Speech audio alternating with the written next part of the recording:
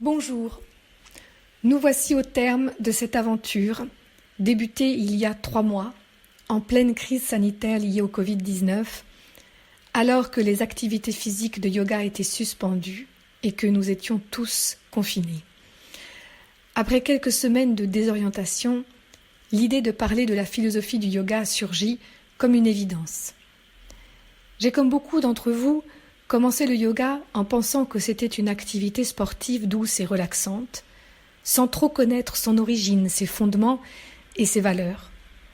Plus j'avançais dans l'expérience et la pratique, plus j'avais envie de regarder derrière le rideau et de découvrir les mystères qui se cachaient derrière les mots en sanskrit, derrière les chakras, derrière le mental. Ce que j'ai trouvé et ce que je découvre encore m'a paru tellement pertinent qu'il m'a semblé juste de le partager. Je n'ai pas de diplôme approfondi en philosophie du yoga, ni en sanskrit, ni en histoire ancienne de l'Inde. J'ai simplement la chance de bénéficier de la transmission orale d'un descendant d'une grande lignée traditionnelle de maîtres de yoga, celle de Tirumulai Krishnamacharya. Je suis encore en formation. Plus j'avance, plus je comprends que je ne sais pas grand-chose, mais que ce pas grand-chose mérite déjà d'être partagé comme une incitation à se lancer dans la quête, la vôtre cette fois. Nous sommes parvenus, après 29 épisodes, à établir qu'une respiration longue, fluide, dirga et sukshma, régulière et consciente, était le reflet d'un mental apaisé, capable de concentration et de connexion à soi et aux autres. Un mental distrait et perturbé ne peut aucunement donner lieu à une respiration de cette qualité. Le pranayama permet d'atteindre cet objectif et nous prépare à la méditation, mais bien entendu pas seul. Nous avons longuement parlé du style de vie, des attitudes à adopter pour ne pas créer de perturbations intérieures.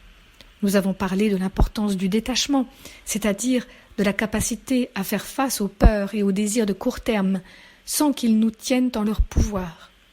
Enfin, nous avons insisté sur l'accomplissement, si possible quotidien, d'une pratique formée à partir des 8 outils que le yoga propose. Pratique qui permet par la répétition de modifier schémas corporels et de respiration, ainsi que d'investiguer sur les perturbations intérieures et de modifier nos schémas de fonctionnement. Tout ceci pour ne plus être l'esclave de l'ego, des constructions sociales et éducatives intériorisées, des a priori et jugements défensifs érigés consciemment et inconsciemment au cours de notre vie, et pour prêter attention à la conscience d'intuition, afin de vivre ce que nous avons à vivre dans la lumière et la joie, plutôt que dans l'obscurité et la souffrance.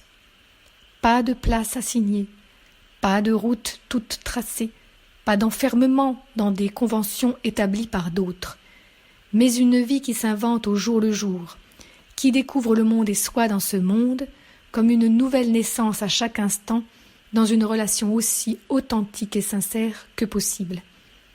Une route utopique ?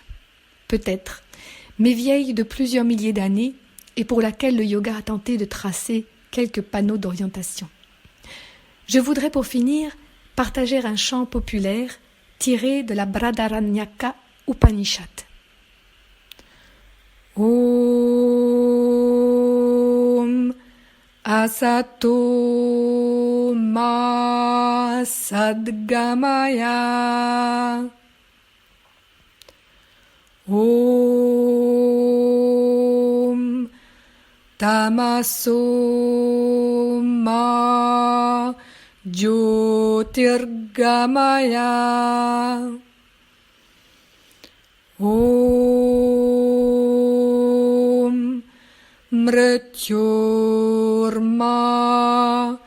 Amritangamaya. Voici sa traduction. Conduis-moi de l'irréel au réel. Conduis-moi de l'obscurité à la lumière. Conduis-moi de la peur à l'éternité. Grâce au chemin parcouru avec vous au cours de ces 3 cycles, j'y vois un parallèle avec les 3 thèmes abordés. La connexion à soi comme la quête du réel, qui n'est rien d'autre que la conscience. L'apaisement du mental qui enlève les nuages et nous permet d'accéder à la lumière, et la respiration qui nous nettoie et nous fait accéder à ce nouveau souffle vital, fluide, où inspiration et expiration deviennent un même mouvement, un fil continu et sans fin. Je vous souhaite le meilleur et le plus juste. Namasté.